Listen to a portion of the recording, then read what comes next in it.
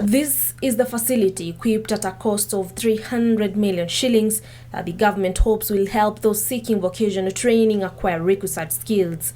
Speaking at the commissioning of the project at National Industrial Training Authority, Labour and Social Services Cabinet Secretary Ukuri Achani reiterated the government's commitment to continue supporting the institution by giving bursaries and loans to students. He said the modern equipment and refurbished facilities should not be used for training purposes only, but also as an income-generating venture for the institution. The refurbished facilities do not necessarily translate into achievement of those objectives. It requires determination, it requires commitment, it requires the goodwill and the continued discipline, not only the students but also the management.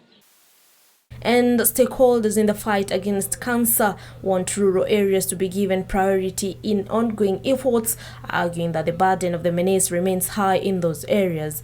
Living Beyond Cancer and Disability Foundation Director of Programs Damaris Kafuyai Wamai says screening of the disease remains low in rural areas. Our area of concern is the rural parts of Kenya, because majority of the people in rural Kenya have no idea what cancer is, and by the time they realize that they are having cancer, it is during the last stages, and early detection is the only way one can survive this menace called cancer.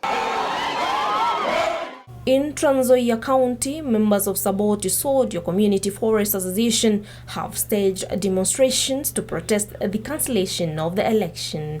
The group claims the outgoing officials have conspired to ensure that they are not audited for squandering 50 million shillings in the 5 years period that they have been in the office. Meanwhile, Dadaab Member of Parliament Mohammed Dahir wants the 1-month period set for vetting of Kenyans whose fingerprints appear in the United Nations High Commission for Refugees database extended. According to Dahir, the 1-month deregistration exercise has been characterized by slow vetting, with barely a quarter of those affected covered since the exercise was launched. The process has been very slow, painfully slow, because they have been asking for a lot of unnecessary information. For example, asking a parent to bring all their children, whether they were in the database or not.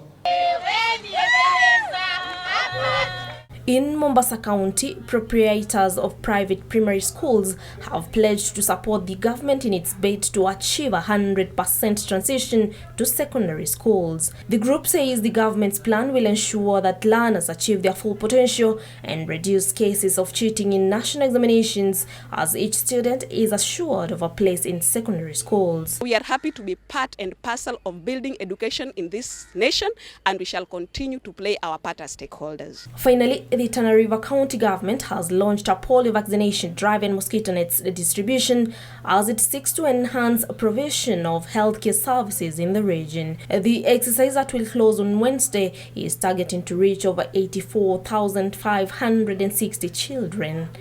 Felicity Gitonga for Channel 1 News.